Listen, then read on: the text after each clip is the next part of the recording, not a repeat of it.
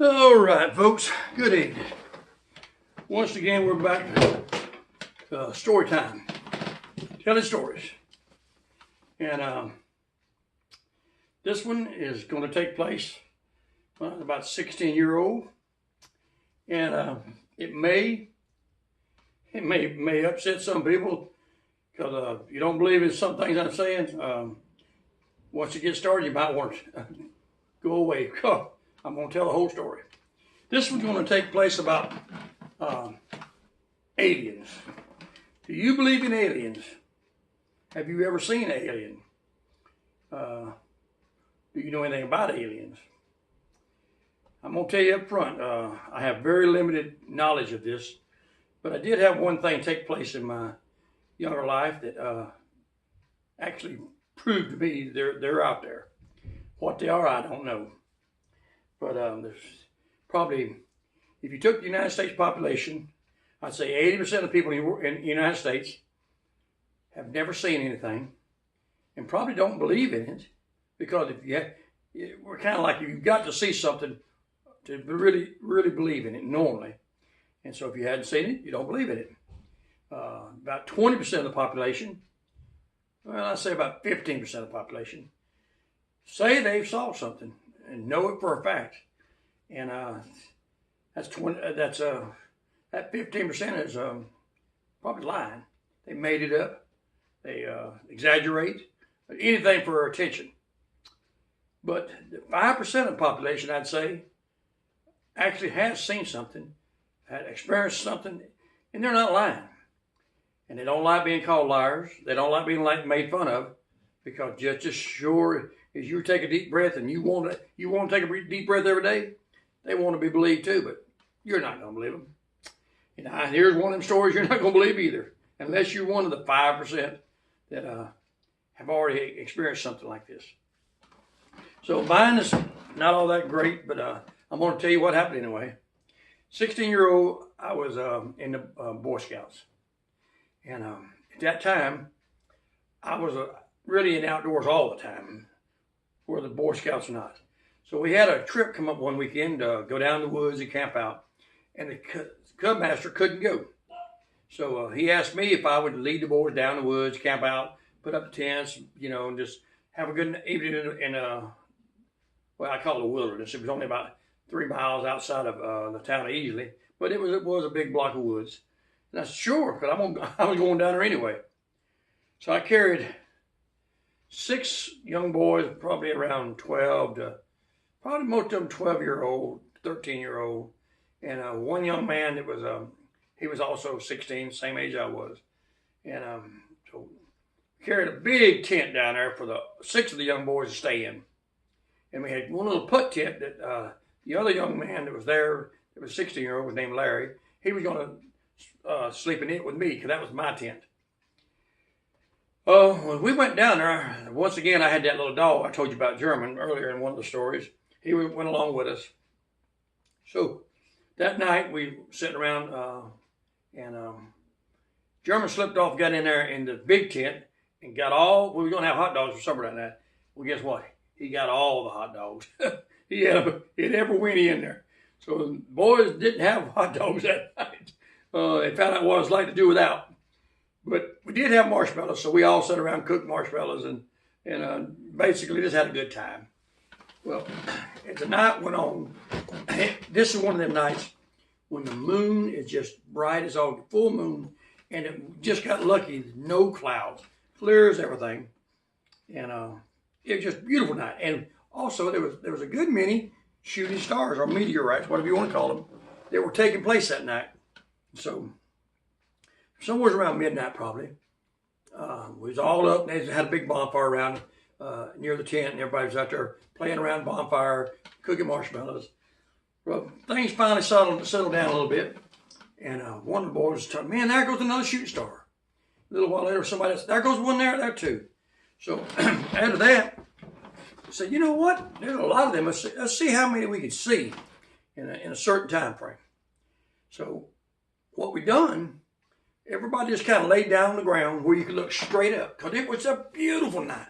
Stars just as gorgeous you could be. Wasn't no city lights to blot out the light. And we're looking up in the sky.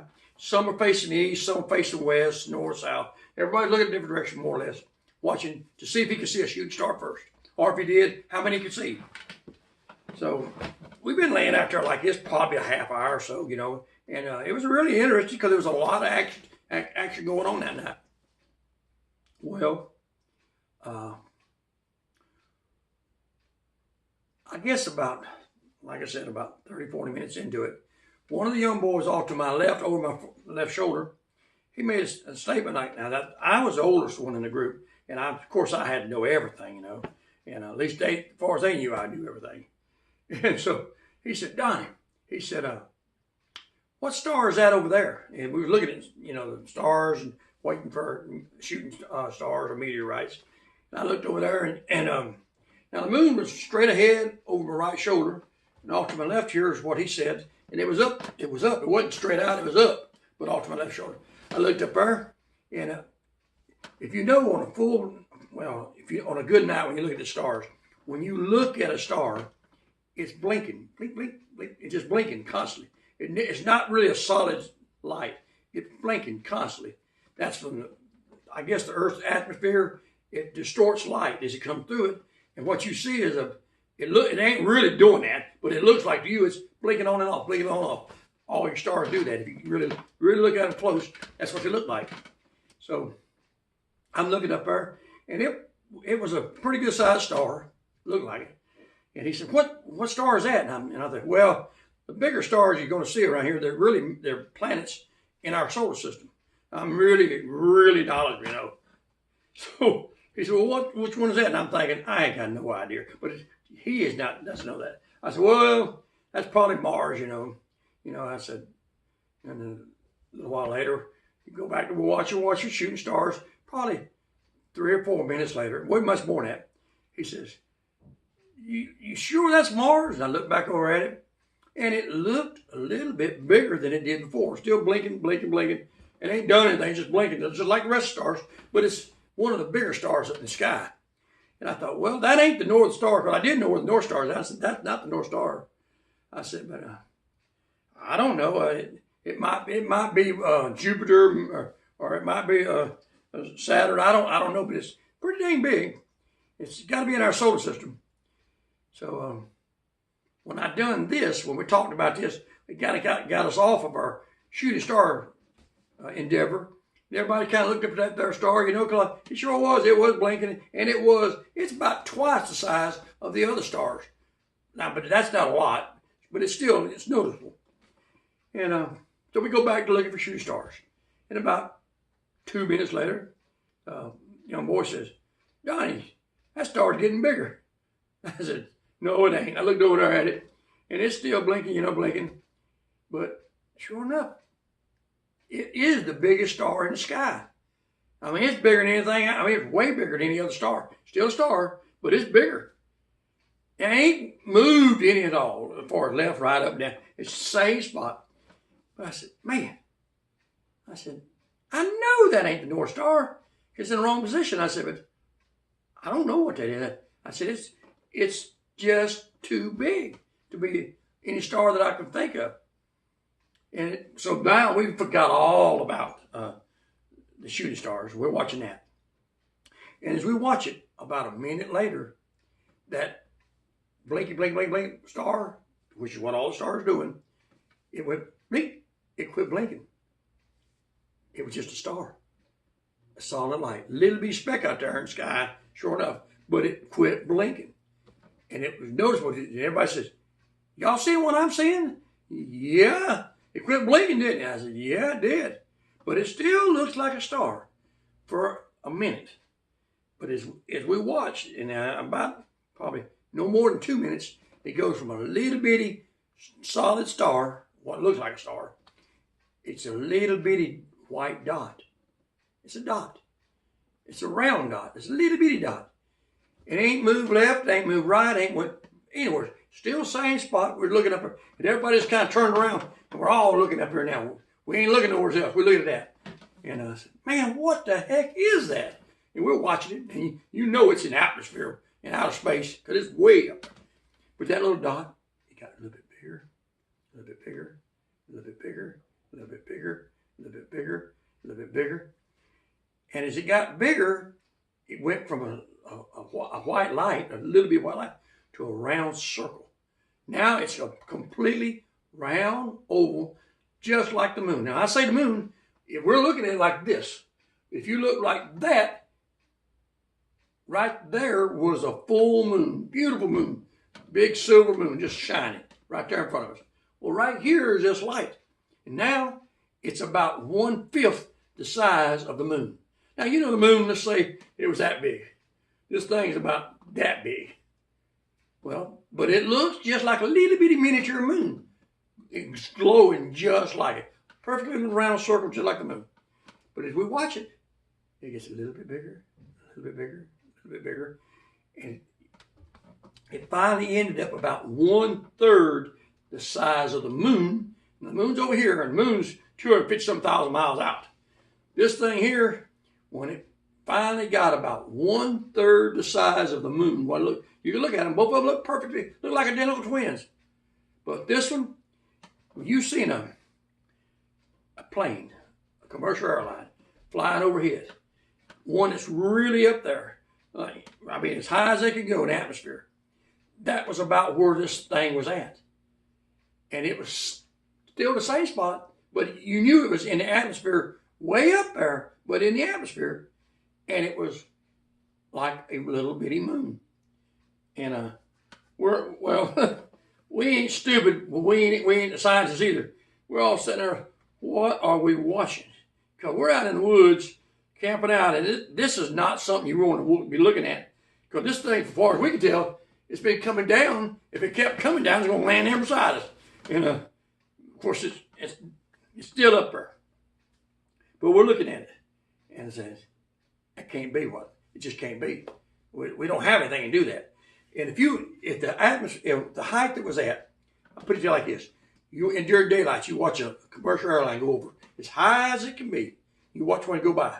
If you look carefully, you can see the fuselage, and you can see the wings on it. Now, they look like little bitty dots, but you can actually make it out, even though it's way up there.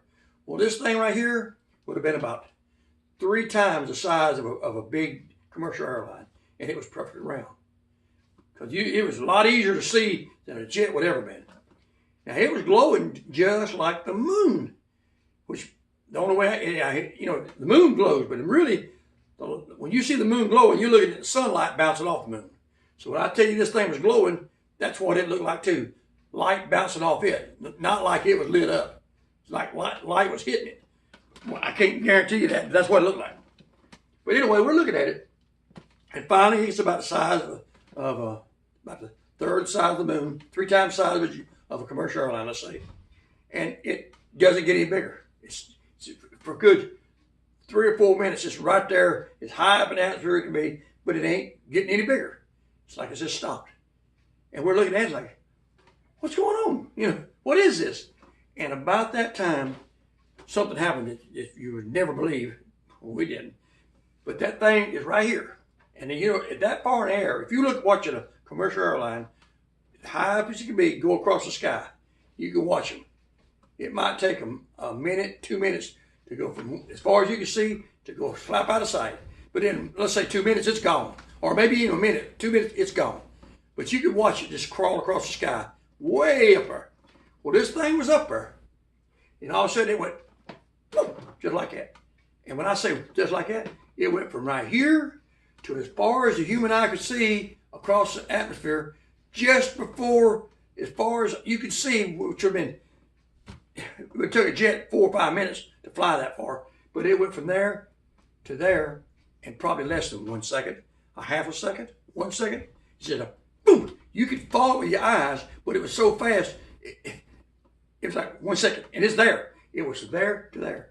Now, the thing is, as fast as that is, we don't have a rocket ship to go that fast today. This is back in like 1964. When it went across that sky, just as it went out of sight, it was going to be gone. It says, just like it. It went from uncountable speed to dead stop. It didn't go, it went boom, and it stopped it. It didn't slow down. It just boom, and it was there. And we're looking at it way over there. Stopped.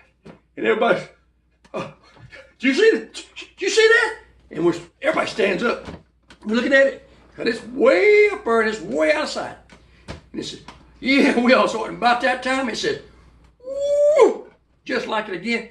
Just as fast, the same way. Come flying right back and right back to where it had been originally. Same circle up there in the air, sitting there. And we're like, what the heck is going on? Because man doesn't have anything go that fast to the complete stop. Not slowing down, but I'm talking about just like it running a brick wall and just coming to dead stop. Well, about 15 seconds later, we're standing there just looking straight up at it. She goes, whoo, goes up.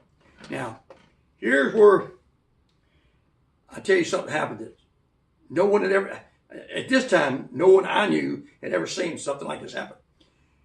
Years later, they come out with a movie called Star Trek. And everybody just about knows Star Trek. One of the signature things about Star Trek is that spaceship, when it takes off to explore the galaxies, in the end of the movie, it warps away. Well, when it warps away, when I watched this movie, which was a science fiction, when I first watched it, I thought this was great. Until I saw that one scene where the ship warped away. And when it warped away, I said, whoa. I said, what? Because in the movie, they had simulated the exact same thing that us 8 kids that saw that evening. Because when this thing, which was right above us, went out of sight, when it went up so fast that it looked like there was a streak of light for probably 1,000 miles, right behind it. And it was gone. It was gone with the streak of light. It was coming. The light was disappearing from the bottom up as it followed it. That light was, and it was gone. Just like you see in a spaceship. Star Trek, that little ball of light follows behind it and it's gone. Believe me, that's exactly how this thing disappeared. And the streak of light was gone with it. And it was gone. So, now, we don't have anything like that then and now, either one. Our federal government probably knows more about this. I can't prove it. But if I've seen something like this, matter of fact, 1,000 people have seen stuff like this. I can't believe our federal government doesn't know about it. And they may even have something to do with it. I don't know. That's something I don't know. But what I saw, now I do know that. If you've seen it, anything like it, I know you believe it. If you haven't, you probably think I'm crazy. Now, I might be crazy, but I ain't stupid. I know what I saw. I know what they saw. It's out there. Whatever it is, I don't know. But if you don't believe in it, you have that right. But you're stupider than I am. Because I'm telling you. But you being stupid is not a crime. Because if it was, I'd be in jail myself. But believe me, ignorance is not going to save you. One of these days, somebody's going to prove what it is, or the government will come out and say, yeah, we've known it for 60-something years. We've been using their technology, whatever. I don't know that, but it could. It's hard to believe that the government is dumber than I am. I don't believe that. I think they got something to do with, they know something about it anyway. But I'm 71 years old. All these years, I might have seen something in the sky that I wondered about. And it might have been a spaceship. Might have been one of our rockets. Anything. I don't know. I don't even count all that. But that night, I know we just barely got into space at all. We didn't have nothing to do with that. And it was there for probably about 10 minutes altogether. We watched it. Watched too much, to be honest. It's if it was there in 1964, it is still out there. So I just thought I'd tell you about, do you believe in aliens? Whether you do or not, they're out there. Now, where they could be somebody from the future, somebody from another planet, I ain't got no idea. But we're not alone. Whether that's good or bad, I don't know about that either. But we're not alone. So there's the only alien story I can tell you. I've got some others I'll tell you later, but I thought I'd pass this on first. That had to do with this evening.